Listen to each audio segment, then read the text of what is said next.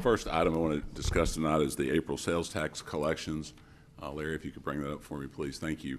Our sales tax remittance for April, which reflects the February sales, was up 8.03% from April of 2015. And frankly, when I see an 8% increase in sales tax, I guess that signpost that says proceed with caution really should pop up. That's we try to emphasize month to month that we really should be looking at some of the peaks and valleys that go along with sales tax, and this is certainly one of those that we should look at with some caution. Many economists are saying that we really won't know to the extent of the current downturn until at least the middle of the summer. And at least by the middle of the summer, we'll have a better idea in terms of the extent of the downturn and as well as the duration of the downturn. And so I say all that just as we look at this 8% increase, while we're very pleased with it, but we really should need to proceed with caution.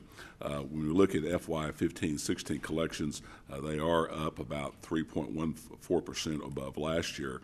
Of course, we all know Norman is very dependent upon sales tax, as all other Oklahoma cities are, in that I think, frankly, many residents really aren't aware that shopping in another city really supports that city's operations and not their own. And so, as we've talked about before, shopping Norman continues to be an important issue for us.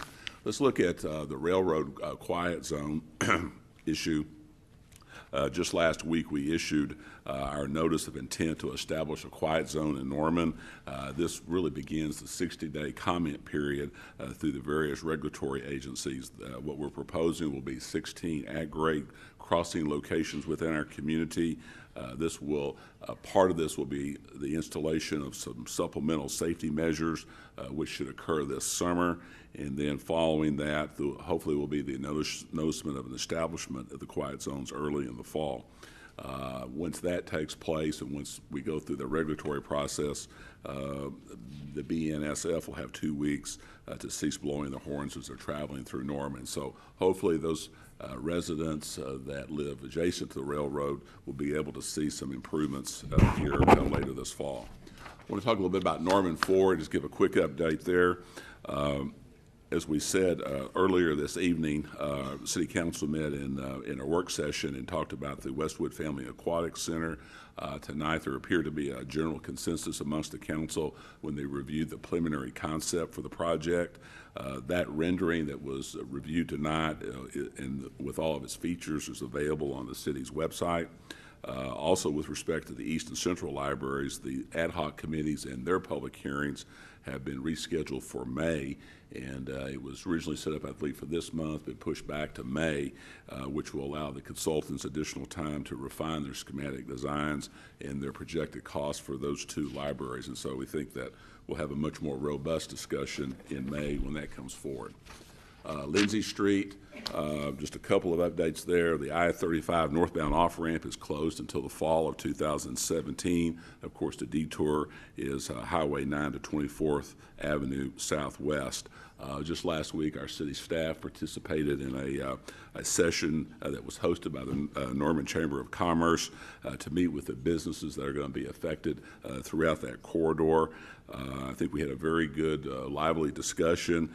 City staff was available as well as our design consultants were there, and we talked about various devices where the city will be able to keep the lines of communications going with the business owners during the construction, as well as some other operational issues in terms of dust and noise and things of that nature. So we've trying to get prepared for that project. There's been a lot of discussion about the new elevated water storage tank. You can see in the picture here that it has been lifted.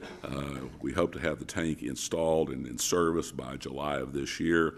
There'll be about 11,000 customers who will benefit through this improvement. They'll see more consistent pressures within that service plane, as well as increased water storage available for fire protection. Next, I want to talk a little bit about water demand increasing. Utilities Department has been talking about how we're beginning to see Our water demand is increasing. Last week it was up to 12.5 MGD, million gallons per day. From the week before, it was at 10.9.